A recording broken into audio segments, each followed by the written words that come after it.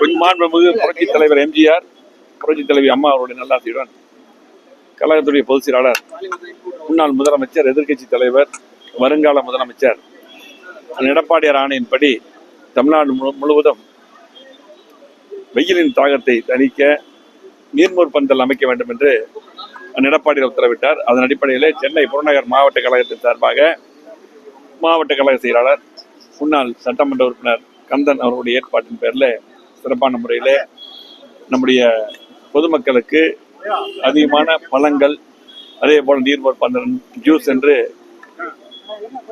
நிறைய மக்களுக்கு இன்றைக்கு வழங்கப்பட்டது. நீர்மோர் பந்தல் திறக்கப்பட்டது. எந்த திட்டமாக இருந்தாலும் சரி, ஏழைகளுக்கு நல்லது செய்வதில் அதிமுக தான் முதலிடம். அதிலே புரட்சித் தலைவி அம்மாவுடைய வழியிலே எடப்பாடியாருடைய வழிகாட்டுதல் பேரில் சிறப்பான முறையில் திறந்து வைக்கப்பட்டது. இன்றைக்கு தமிழகத்தில் திராவிட முன்னேற்ற கழக ஆட்சியிலே 4 வருடமாக திமுக ஆட்சிக்கு வந்து எந்த திட்டமும் இன்றைக்கு தமிழ்நாட்டுக்கு வரவில்லை.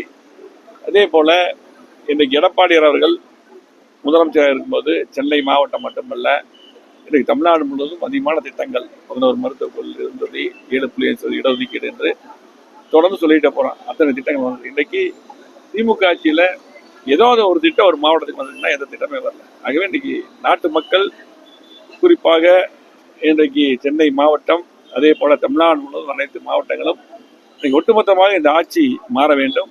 மீண்டும் அம்மாவுடைய ஆட்சி எடப்பாடியார் தலைமையில் அமைய வேண்டும் என்று எதிர்பார்க்கிறார்கள். கண்டிப்பாக வருகின்ற சட்டமன்ற தேர்தல் 2026 மீண்டும் எடப்பாடியார் அவர்கள் முதலமைச்சராக வருவார்கள். விடுபட்ட திட்டங்களை, திமுக செய்யாத திட்டங்கள் எல்லாம் எடப்பாடியார் செய்வார்கள்.